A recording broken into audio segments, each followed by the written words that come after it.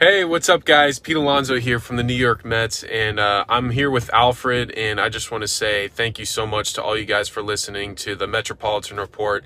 It's a really awesome show. You got some great insight on Mets baseball, and it's a great place where Mets baseball is talked about, and we got a lot of really fun stuff coming up this year.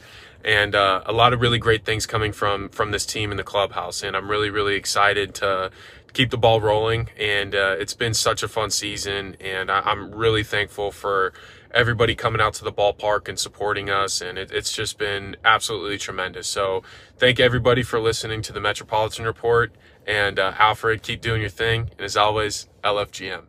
Hey everybody, it's Alfred Parsar Jr. back with another Metropolitan Report. And before we get on today's program, just want to remind everybody, if you enjoy what's been coming from this YouTube channel, if you've enjoyed the clips, if you've enjoyed the full podcast episodes, then don't forget to go right there below and hit the subscribe button. That way, every time we go live on this channel, you get notified. You'll be one of the first people to know when there's new content on the channel. And once again, if you agree with something I say, disagree with something I say, or if there was something I might have glossed over that you want to add to the conversation, because we are a community here, just go down below to the comment section and let your voice be heard. And last but not least, if you know any other Mets fans, especially Mets fans that love podcasts, share this podcast with them. On today's program, we're going to go over the Mets' recent sweep of the rival Philadelphia Phillies, talk about some injury updates, and look forward ahead. So first things first,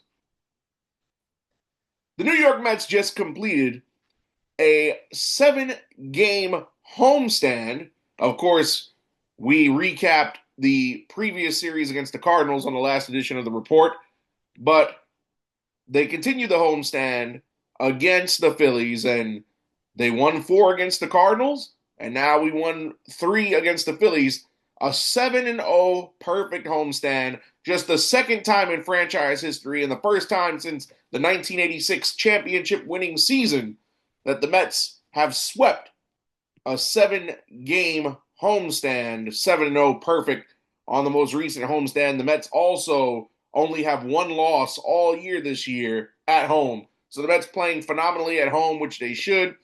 And who better to finish the 7-0 homestand against than the rival Philadelphia Phillies? Of course, entering play on Monday, the Mets were 2 games ahead of the Phillies in the NL East.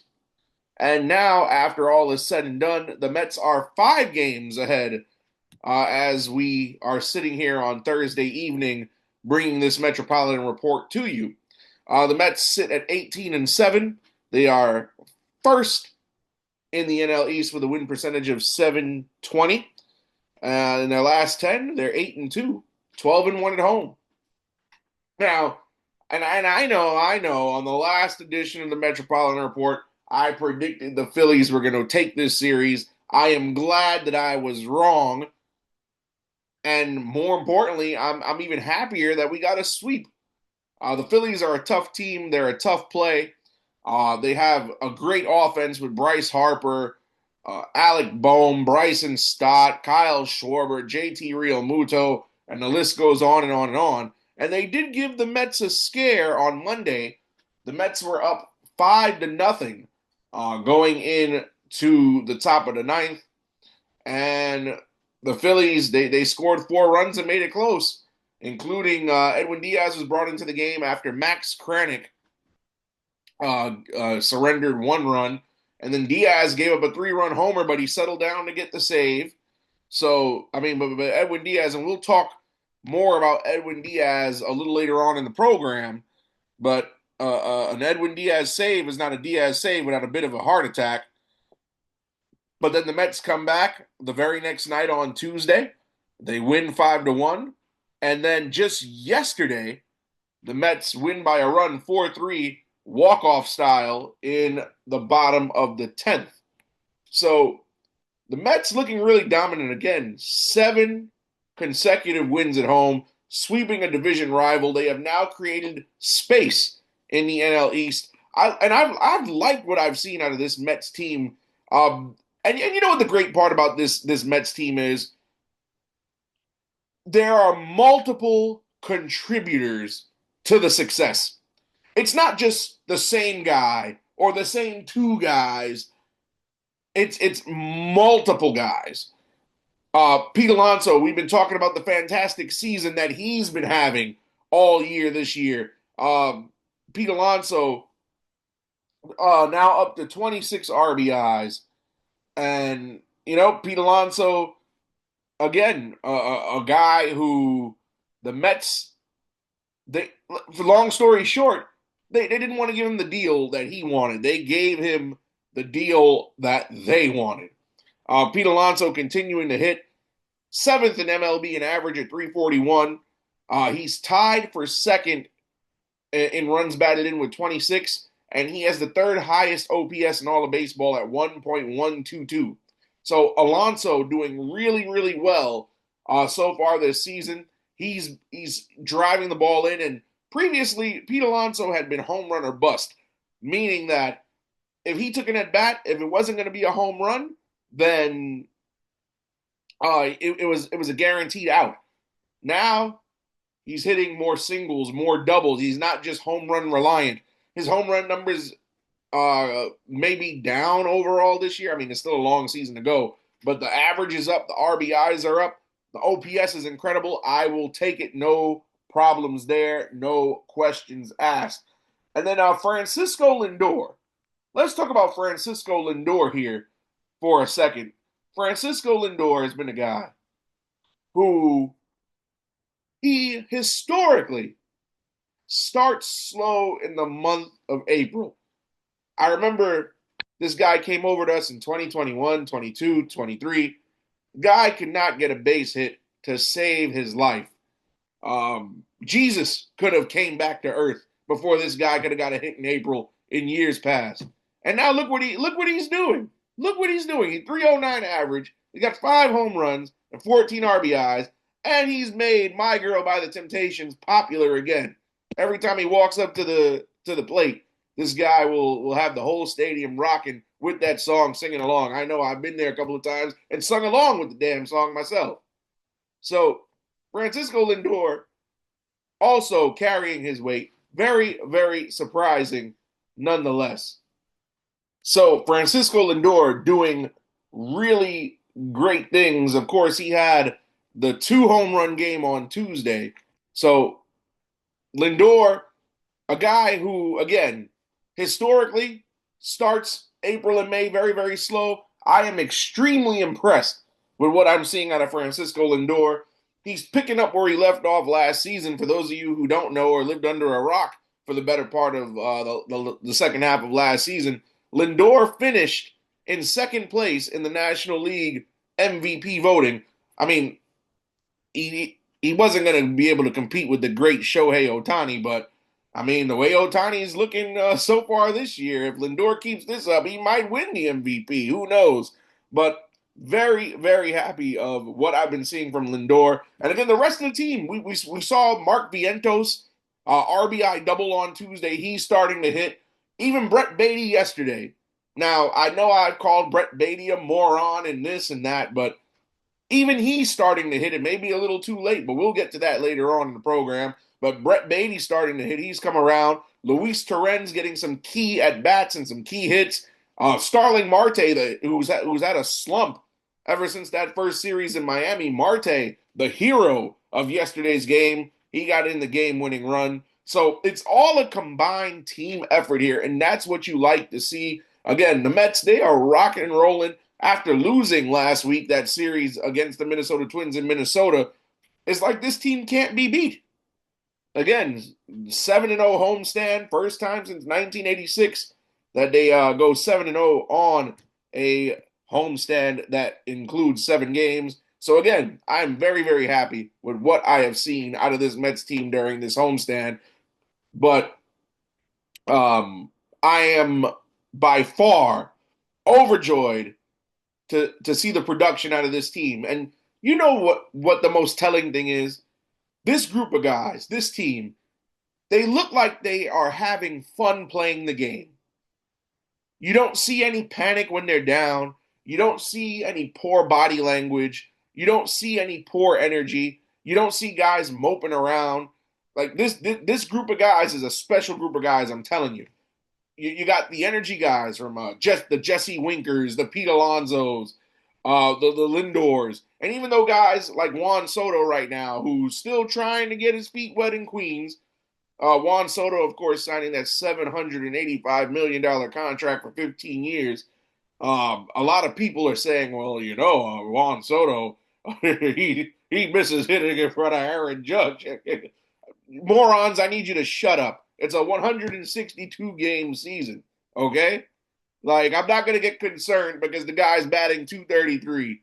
All right? I mean, yes, he had a couple of offers in this series against the Phillies, but again, Juan Soto is a dangerous batter.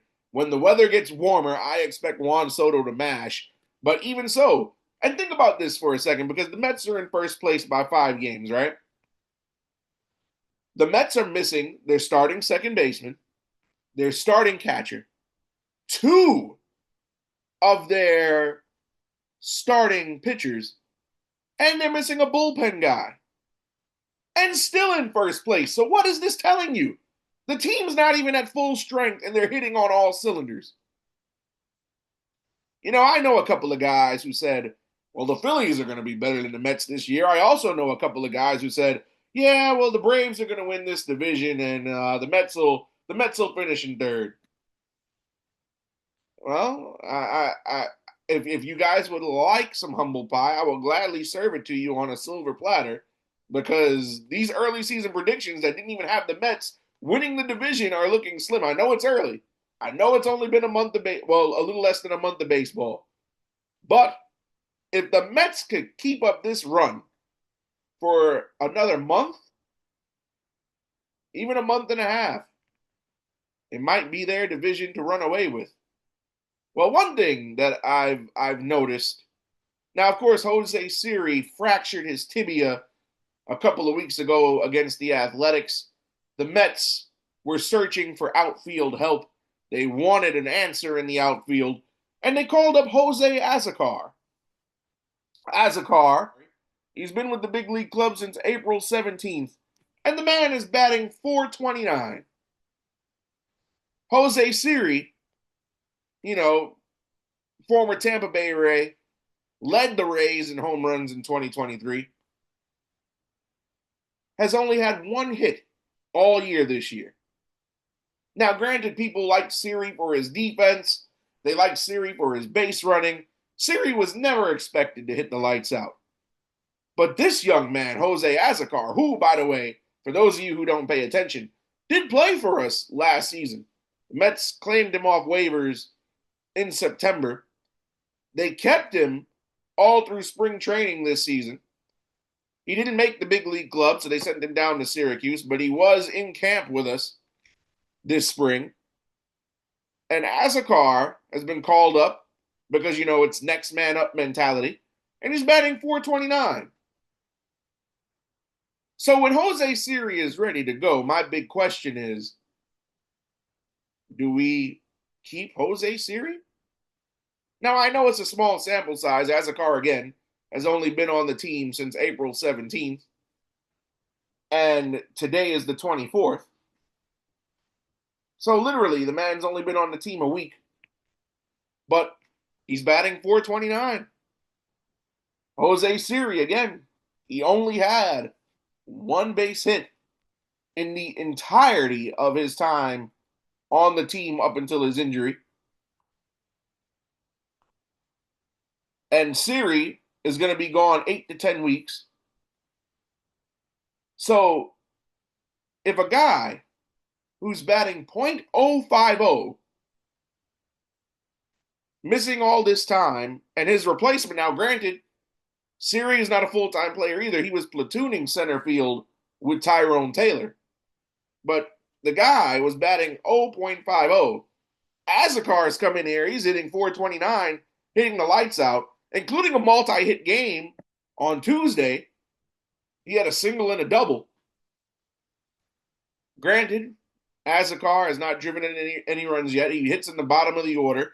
Not a real He's the ninth guy in the lineup, so he's not a real threat to bring guys in unless the guys in front of him get on. But again, all historically throughout the season so far, the bottom of this Mets lineup not really firing on all cylinders like the top and the middle just yet.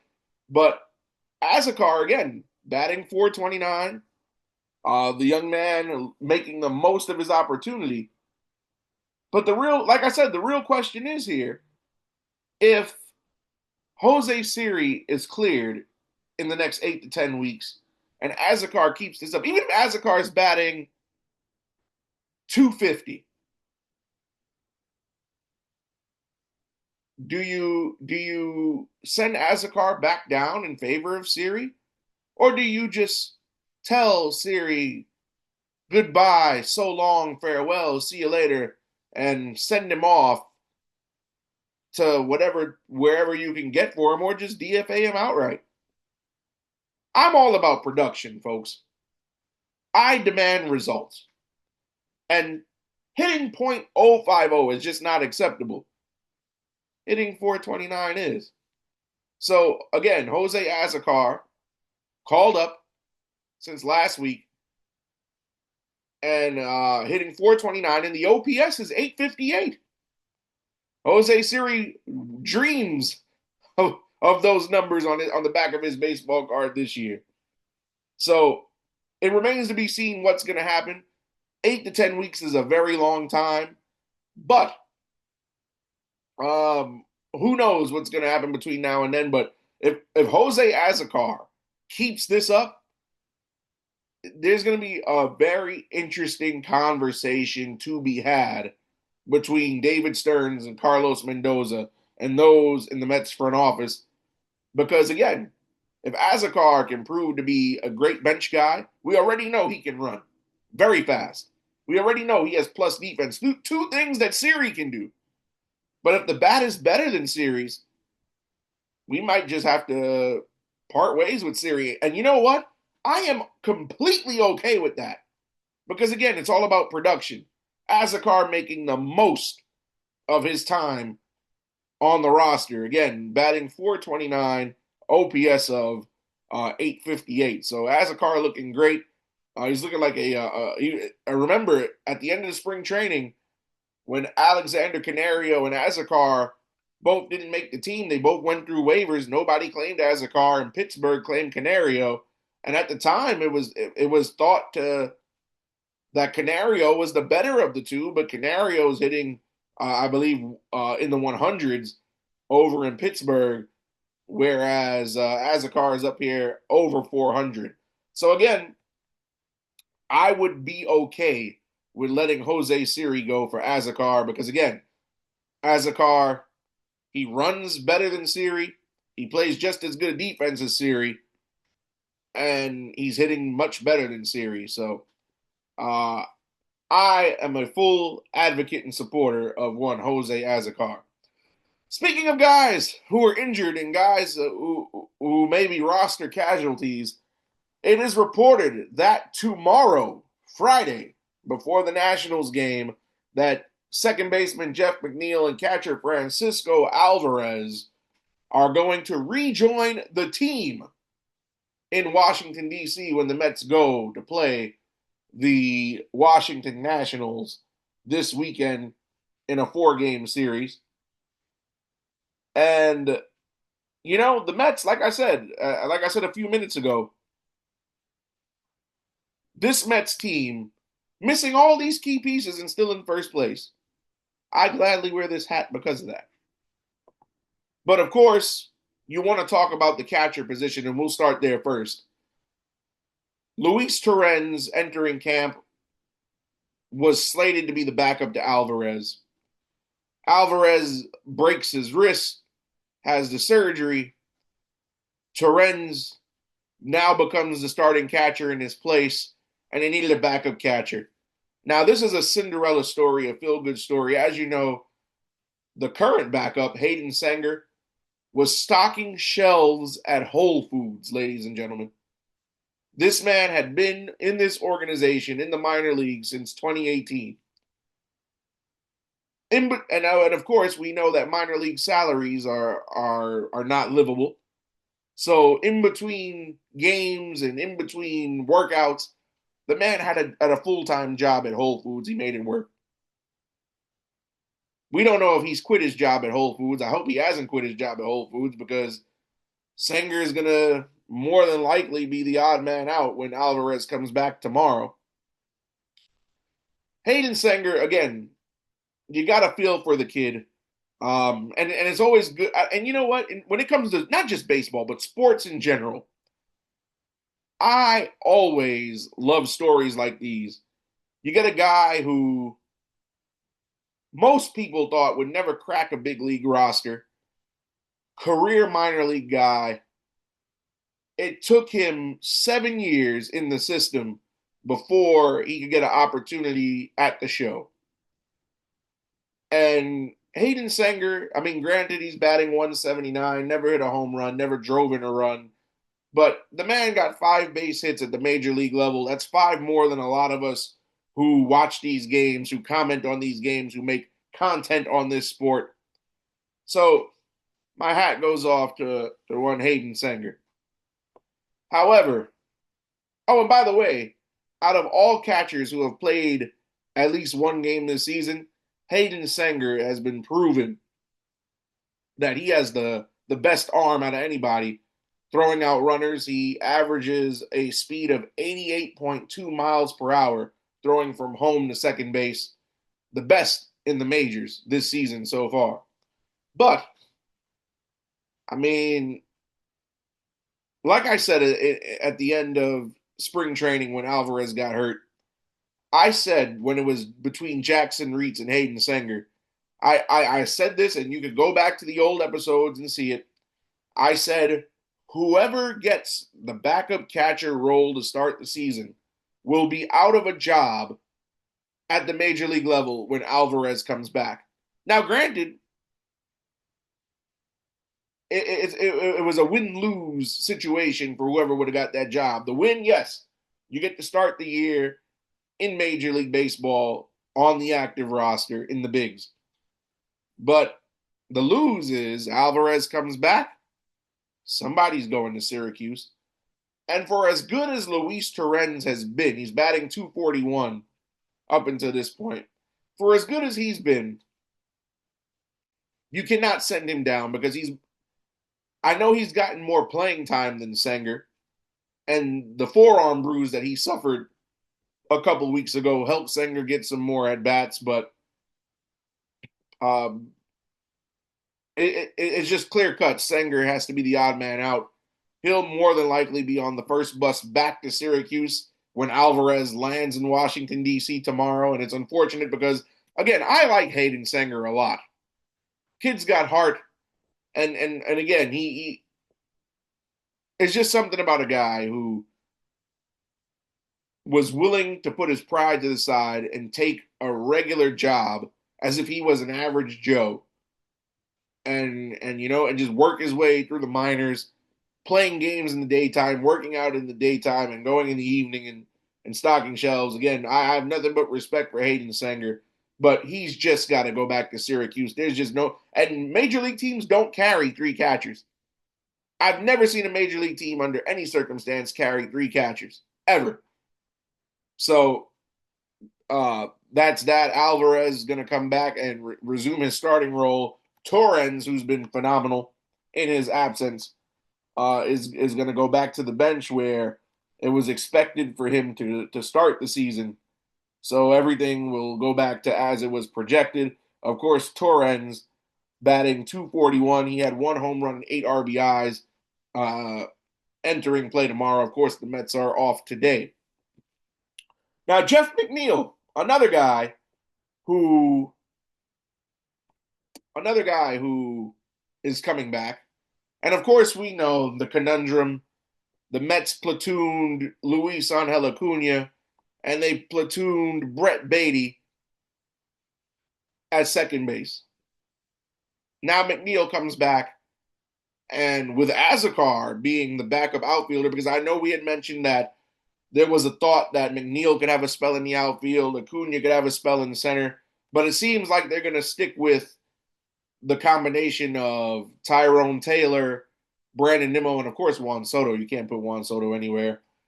And then, of course, you have Azocar to fill in where needed. So it seems like that's going to be the permanent plan / solution as of right now. So that means that either Acuna or Beatty is the odd man out in the second base positioning here. Because Jeff McNeil is not going to be on the bench to start the year. Now, you want to look at stats. Luis Angel Acuna batting .283 so far this season. Luis Angel Acuna, .283, no homers. He's got an RBI, 6 stolen bases. So, I've said this before. Luis Angel Acuna has the better bat than Brett Baty, and he's proven to be the better base runner. Then you want to look at Brett Baty's stats. Now, Brett Baty has improved over the last couple of weeks. He's up to a .204 average, 1 home run, 4 RBIs, 1 stolen base. And a lot of people say, because Baty did hit a home run yesterday, a lot of people say that Baty hit that home run yesterday in an effort to save his roster spot. Now, I've gone on rants about Brett Baty in the past, and I'm going to do it again.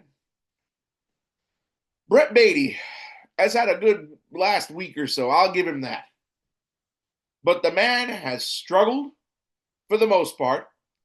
He's playing a position that he had no experience in until there was a need to put him at second base. He couldn't master his own position at third base. So they put him at second because McNeil was gone and they needed to fill in. But you cannot send down Luis Angel Acuna. Now, I know I've said before that having Acuna on the bench does not do anything for his development. But Acuna hitting .283, it would be a very big mistake to keep Brett Baty. Also, another reason not to keep Brett Baty, he bats left, McNeil bats left. So now if you need to give McNeil a day off or you shift him to one of the corner outfield positions just to give somebody else a rest,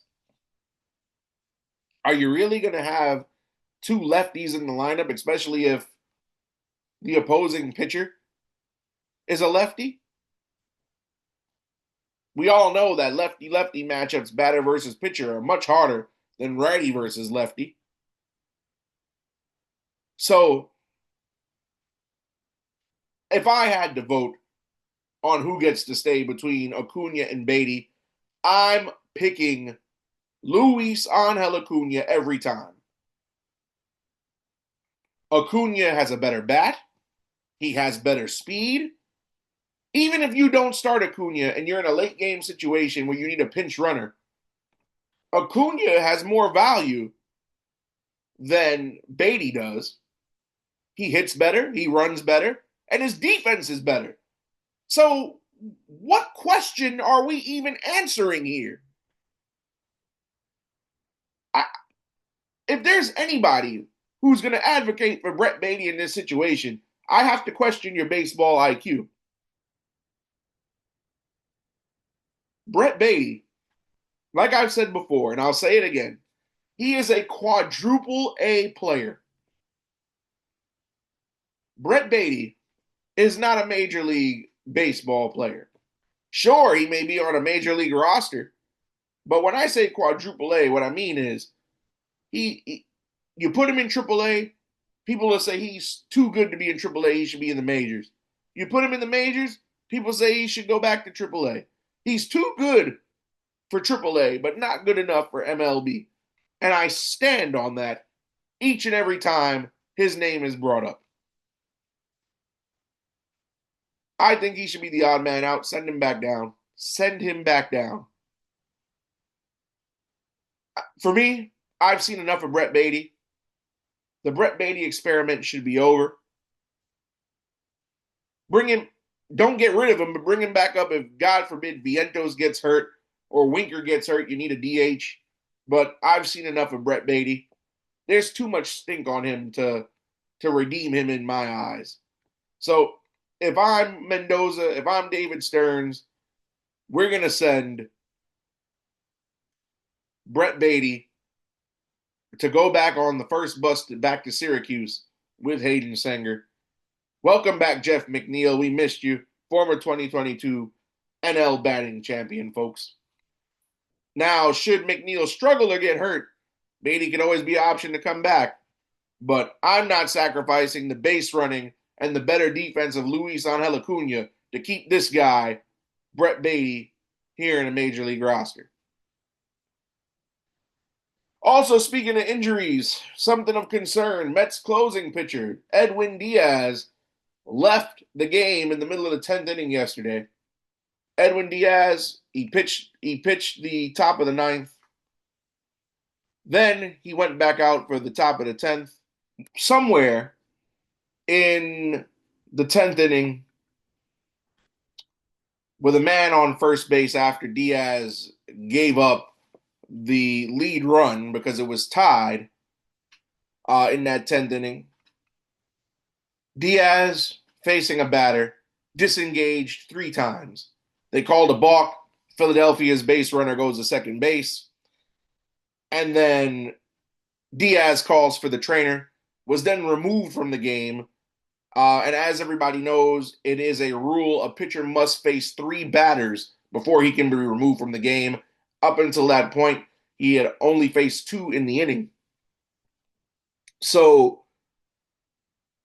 Diaz later said that it was a hip issue. He felt a cramp in his hip, saying that he could barely lift his leg.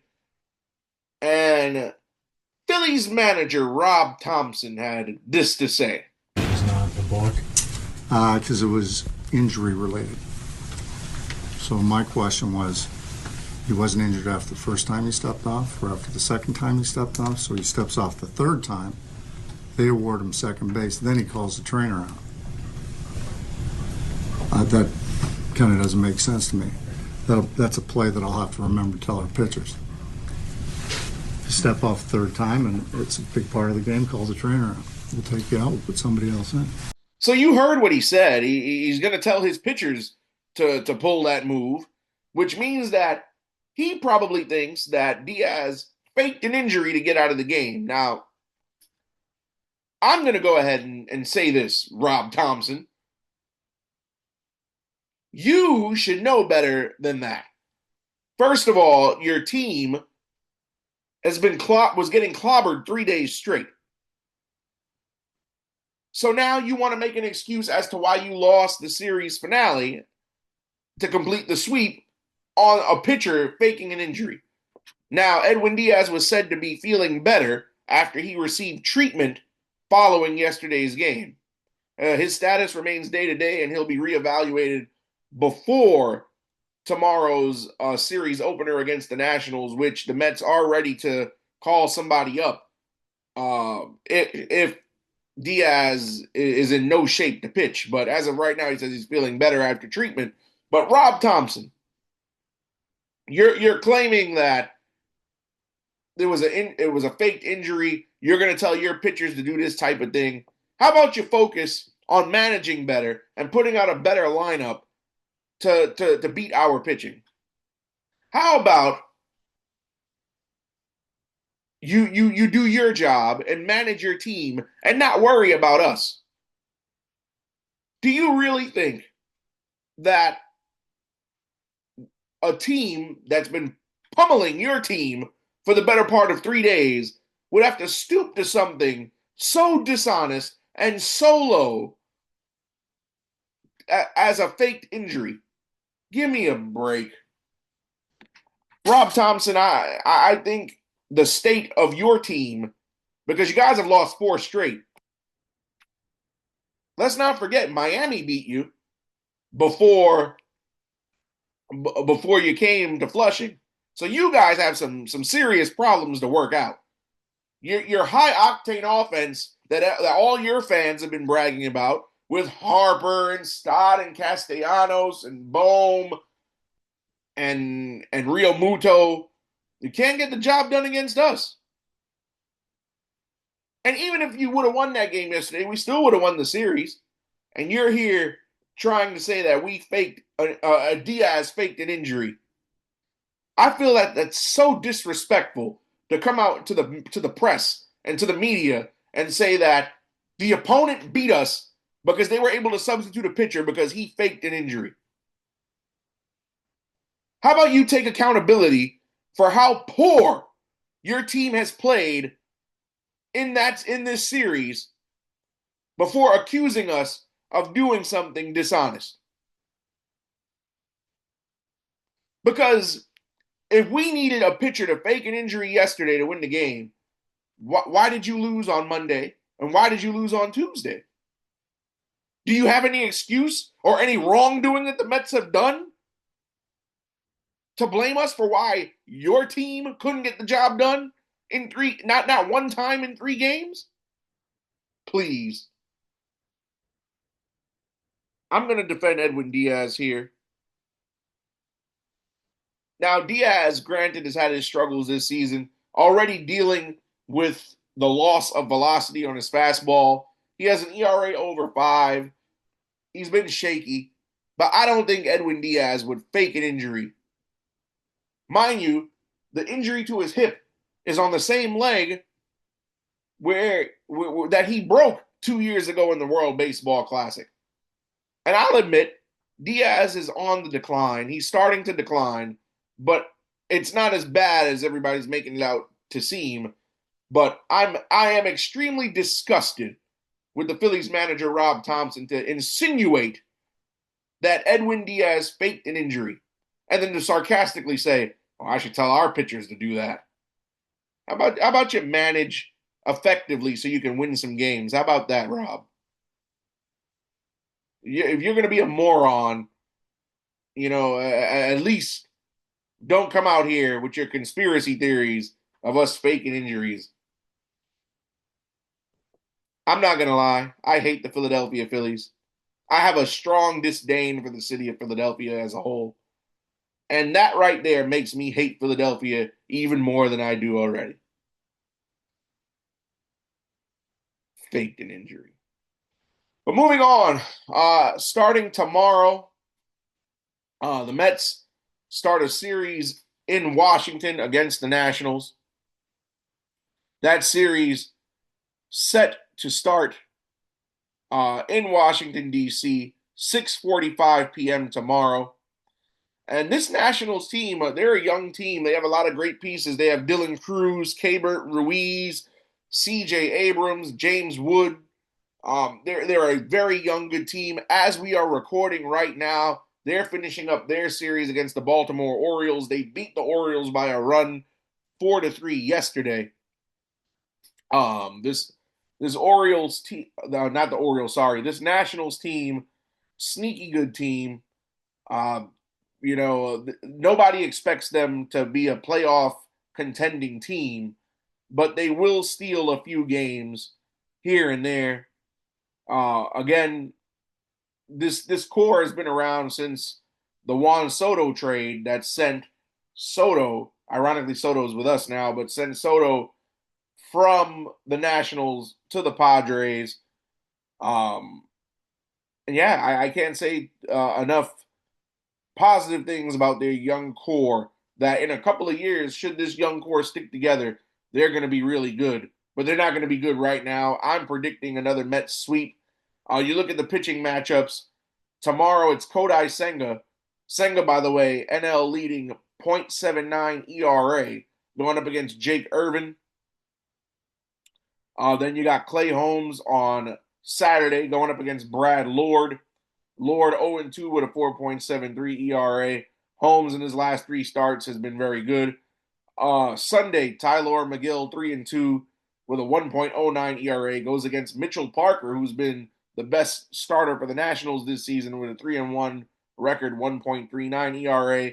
And in the series finale on Monday, Griffin Canning going up against former Met Trevor Williams. So I predict the Mets. Actually, you know what? I think the Mets take 3 of 4 in this series. The Mets are going to dominate the Nationals. The Nationals, they're a young team. They're gonna be sneaky this season and steal quite a few wins. And I do think they steal one from the Mets, but I think this Mets team, the way that they've been rolling, the way they've been a juggernaut, winning 7 straight, I absolutely believe that this Mets ball club is going.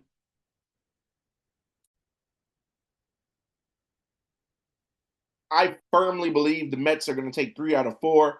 This Washington Nationals team, they're young. They're going to be good in a couple of years, and they're going to be sneaky enough where if the Mets let their guard down, the Nationals could take possibly a game or 2 from this series. But I predict the Mets are going to win 3 out of 4.